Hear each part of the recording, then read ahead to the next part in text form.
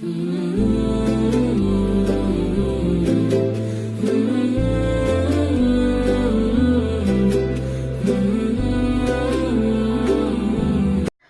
Friends, അസ്സലാമു അലൈക്കും.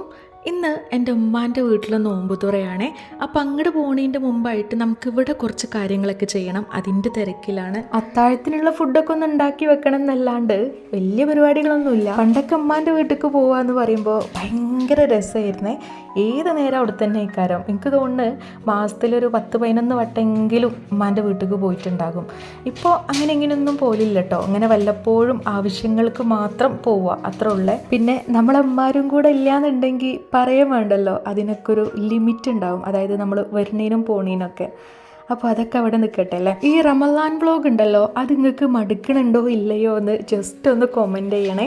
എനിക്കിങ്ങനെ ഡെയിലി വീഡിയോ ഇട്ടിട്ട് ശീലമായപ്പോൾ അത് ഇട്ടിട്ടില്ല എന്നുണ്ടെങ്കിൽ എന്തോ ഒരു ബുദ്ധിമുട്ടാണ്. അപ്പോൾ എന്നും വീഡിയോസ് ഇങ്ങനെ വരുന്ന ടൈമിൽ നിങ്ങൾക്കത് ബോറാവണുണ്ടോ, മടുക്കണുണ്ടോ, കാണാൻ ഇൻട്രസ്റ്റ് ഇല്ലേ, അതെന്തൊക്കെയാണെന്നൊന്ന് ജസ്റ്റ് കമൻറ്റ് ചെയ്യണം കേട്ടോ. അത് ഇനിയിപ്പോൾ നെഗറ്റീവായാലും ശരി പോസിറ്റീവായാലും ശരി, അതൊന്നും സീനില്ല. എന്താണോ നിങ്ങളുടെ അഭിപ്രായം അതൊന്ന് കമൻറ്റ് ചെയ്യാം. നമ്മൾ വീഡിയോക്ക് വേണ്ടിയിട്ട് ഒന്നും കൂടുതലായിട്ട് ചെയ്യണില്ല. അതായത് നമ്മുടെ ഡെയിലി ലൈഫിൽ എന്തൊക്കെയാണോ നടക്കുന്നത്, നമ്മൾ എന്തൊക്കെയാണോ പൊതുവായിട്ട് ഉണ്ടാക്കുന്നത്, അതൊക്കെ തന്നെയാണ് ഞാൻ നിങ്ങളെ കാണിക്കണത് കേട്ടോ. അതായത് നമുക്ക് ഷോ കാണിക്കാനാണെന്നുണ്ടെങ്കിൽ ഒരുപാടുണ്ട് കാണിക്കാൻ. അപ്പം നമ്മുടെ ഈ പച്ചയായ വ്ളോഗ് ഉണ്ടല്ലോ, അത് നിങ്ങൾക്ക് മടുക്കണുണ്ടോ ഇല്ലയോ എന്ന് ജസ്റ്റ് ഒന്ന് കമൻറ്റ് ചെയ്യാം. നമ്മളവിടുന്ന് തിരിച്ചു വരുമ്പോൾ നല്ലോണം ടയേർഡേക്കാരം. നോമ്പ് തുറന്ന് വരില്ലേ. എനിക്ക് തോന്നുന്നു നമ്മൾ നോമ്പ് നോറ്റീനേക്കാളും ഇടങ്ങാറാണ് നോമ്പ് തുറന്നതിന് ശേഷം. അപ്പോഴാണ് ക്ഷീണമൊക്കെ വരിക. അതുകൊണ്ട് തന്നെ അത്താഴത്തിനുള്ള എല്ലാ സംഭവങ്ങളും നമ്മളിവിടെ സെറ്റ് ചെയ്ത് വെച്ചിട്ടാണ് പോണത്. ഒരുപാടൊന്നുമില്ല, ജസ്റ്റ് ചീര താളിക്കണുണ്ട്. അതേപോലെ തന്നെ കോവയ്ക്കുണ്ടല്ലോ, അത് മെഴുക്ക് പുരട്ടിയാക്കണുണ്ട്. ഈ ചീരയും കോവയ്ക്കൊക്കെ പശുവിൻ്റെ പെങ്ങളെ വീട്ടിൽ നിന്ന് കൊടുന്നതാണ് കേട്ടോ. അപ്പോൾ അതൊക്കെ നമ്മളൊന്ന് സെറ്റ് ചെയ്തെടുക്കണുണ്ട്. പിന്നെ കുറച്ച് ചിക്കൻ ഉണ്ടായിരുന്നു, അത് നമ്മളിങ്ങനെ ജസ്റ്റ് ഗ്രേവി ആക്കി വെക്കൂലേ, അങ്ങനെയും ചെയ്തെടുക്കണുണ്ട്. ചോറും അവിടെ വേവിച്ച് വെച്ചിട്ടുണ്ട്. നമുക്ക് എപ്പോൾ കോവൊക്കെ കിട്ടുകയാണെന്നുണ്ടെങ്കിലും അതിങ്ങനെ തോരനാക്കി വെക്കലേക്കാരം പതിവ്. ഇന്നിപ്പോൾ മെഴുക്ക് പുരട്ടി ആക്കാമെന്ന് വിചാരിച്ച് അങ്ങനെ ചീനച്ചട്ടിയൊക്കെ വെച്ച് എണ്ണയൊക്കെ ഒഴിച്ച് കടുകൊക്കെ പൊട്ടിച്ച് വലിയുള്ളിയും പിന്നെ വെളുത്തുള്ളി ജസ്റ്റ് ഒന്ന് ചതച്ചത് ഇട്ട് കൊടുത്തിട്ടുണ്ട്. പിന്നെ മഞ്ഞൾപ്പൊടിയും മുളക് പൊടിയും ഉപ്പൊക്കെ ഇട്ടിട്ട് നല്ലോണം ഒന്ന് വഴറ്റി കൊടുത്തിട്ട് നമ്മൾ കട്ട് ചെയ്ത് വെച്ചിട്ടുള്ള കോവക്ക ഉണ്ടല്ലോ, അതും കൂടെ ആഡ് ചെയ്ത് കൊടുക്കുക.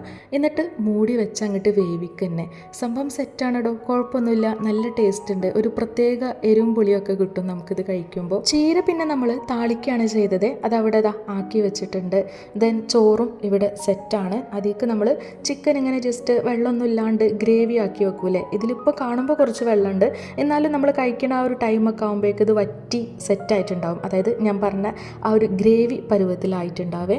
അങ്ങനെ അതൊക്കെ അവിടെ സെറ്റാക്കി വെച്ച് പോവാൻ വേണ്ടിയിട്ട് നമ്മളിത് അവിടെ മാറ്റി റെഡിയായി നിൽക്കുന്നുണ്ട്. അപ്പോൾ ഇപ്പച്ചി ഓട്ടോക്ക് വിളിച്ച് പറഞ്ഞിട്ടുണ്ടായിരുന്നു ഒരു 5:30 ഒക്കെ ആകുമ്പോഴേക്ക് വരാൻ പറഞ്ഞിട്ട്. അതായത് കൂടുതൽ സമയം നമുക്ക് അവിടെ നിൽക്കാൻ കഴിയില്ല. ഇതിപ്പം 5:30 പോവുകയാണെന്നുണ്ടെങ്കിൽ ഏകദേശം ഒരു 6-6:15 ആകുമ്പോഴേക്ക് അവിടെ എത്തുള്ളേ. ഉമ്മാൻ്റെ വീട് വരുന്നത് മലപ്പുറത്താണ്. അപ്പോൾ ഇവിടെ നിന്ന് അങ്ങോട്ട് കുറച്ച് ദൂരമുണ്ട്, ഒരുപാടൊന്നും ഇല്ലെങ്കിലും കുറച്ചൊക്കെ ദൂരം വരുന്നുണ്ട്.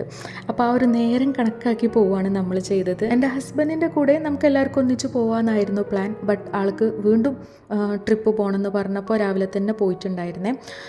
സോ വരണമെന്നുണ്ടെങ്കിൽ വീണ്ടും 2-3 ദിവസം കഴിയും. അപ്പോൾ നമ്മളിങ്ങനെ ഓട്ടോ പിടിച്ച് പോകാമെന്ന് വിചാരിച്ച്. ഇപ്പം ആകെ മൊത്തം ഒരു എന്തൊക്കെയോ ഒരു ലെവലിലായിരുന്നു. മൊത്തത്തിലൊരു മന്ദപ്പ് എന്ന് വേണമെങ്കിൽ പറയാം. പോവാനും വയ്യ പോവാതിരിക്കാനും വയ്യ എന്നുള്ള ഒരു ലെവലിലായിരുന്നേ.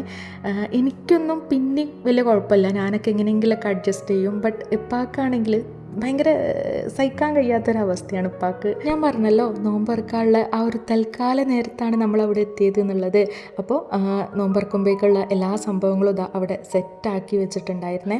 ഫുഡൊക്കെ ഇഷ്ടം പോലെ ഉണ്ടായിരുന്നു. ജ്യൂസായിട്ടും ഫ്രൂട്ട്സായിട്ടും സ്നാക്സായിട്ടും അഫ്ഗാനി റൈസായിട്ടും പൊറാട്ട, പത്തിരി, അങ്ങനെ കുറുമ, ഒരുപാട് ഐറ്റംസ് ഉണ്ടായിരുന്നു കേട്ടോ.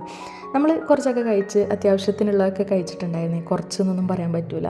അങ്ങനെ നോമ്പ് തുറയൊക്കെ കഴിഞ്ഞ് നമ്മളിതാ തിരിച്ചു പോരാണേ. ഉമ്മല്ലാത്ത ഉമ്മാൻ്റെ വീട് വലിയ രസമൊന്നും ഇല്ല കേട്ടോ. എന്നാലും ആ പണ്ടത്തെ ആ ഒരു പണ്ട് നമുക്ക് കിട്ടേണ്ട ആ ഒരു വൈബ് ഉണ്ടല്ലോ, അതിപ്പോൾ കിട്ടണില്ല, അത്രേ ഉള്ളൂ. ബാക്കിയെല്ലാം അതുപോലെ തന്നെയാണ്. പോരാൻ ധൃതി നമ്മളെക്കാളും ഐബുട്ടനേനെ അവൻ്റേതായിട്ടുള്ള ഭാഷയിൽ അത് കാണിക്കുന്നുണ്ട്. ഓനെ പറഞ്ഞിട്ട് കാര്യമില്ല, ഓനെ അതെല്ലാവരും സ്ട്രേഞ്ചേഴ്സാണ്. അതായത് അവൻ ആരെയും അറിയില്ല, ഒരു കണ്ടുപരിചയം പോലും ഇല്ലാത്ത ലെവലിലായിരുന്നേ. നിഷുവിന് അങ്ങനത്തെ പ്രശ്നമൊന്നുമില്ല. ആള് ഒരു 1.5 വയസ്സ് തൊട്ട് ഉമ്മാൻ്റെ കൂടെ ഉമ്മാൻ്റെ വീട്ടിലേക്ക് വരൽ തുടങ്ങിയതാണ്. അപ്പോൾ ഓക്ക് അവിടെ എല്ലാവരും പരിചയമാണ് കേട്ടോ. വീഡിയോ ഇഷ്ടപ്പെട്ടു എന്ന് കരുതണ്. നിങ്ങളൊക്കെ പ്രാർത്ഥനയിൽ എൻ്റെ ഉമ്മാനെയും ഉൾപ്പെടുത്തുക. ഇൻഷാ അല്ലാ നെക്സ്റ്റ് വീഡിയോ ആയിട്ട് നമുക്കിനി വീണ്ടും കാണാം.